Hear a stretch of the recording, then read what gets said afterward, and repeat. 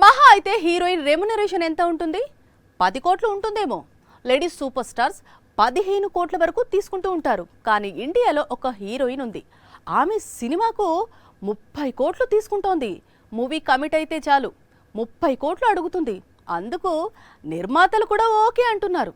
ఇంతకీ ఎవరా highest remuneration heroine? Priyanka Chopra చాలా కాలంగా ఇండియన్ సినిమా ఈ పేరును మర్చిపోయింది.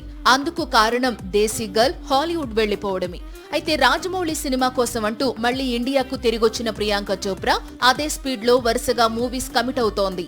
ఇప్పటికే మహేష్ బాబు చిత్రంలో హీరోయిన్ గా కాకుండా ఓ ఇంపార్టెంట్ రోల్ చేస్తోంది ప్రియాంక చోప్రా. ఇందుకోసం ఆమె 30 కోట్ల పారితోషికం పైగా ప్రాఫిట్ లో షేర్ తీసుకోనుందని ప్రచారం సాగుతోంది. ఇప్పుడు క్రిష్ 4 లో నటించేందుకు సేమ్ కండిషన్స్ పెట్టిందట. క్రిష్ 4 కోసం రంగంలోకి దిగాడు హృతిక్. కెరీర్ లో ఫస్ట్ టైం డైరెక్షన్ కూడా చేస్తానంటున్నాడు. అందులో భాగంగానే స్టార్ కాస్ట్ ను ఫైనల్ చేస్తున్నాడు. ఇటీవలే ప్రియాంక చోప్రాను కలిశాడు. క్రిష్ 4 కోసం తన డేట్స్ లాక్ చేశాడు. మహేష్ మూవీ కోసం ఎంతైతే రెమ్యునరేషన్ తీసుకుంటోందో అంతే కావాలని హృతిక్ ను అడగ్గా అందుకు గ్రీక్ గాడ్ ఓకే చెప్పాడట.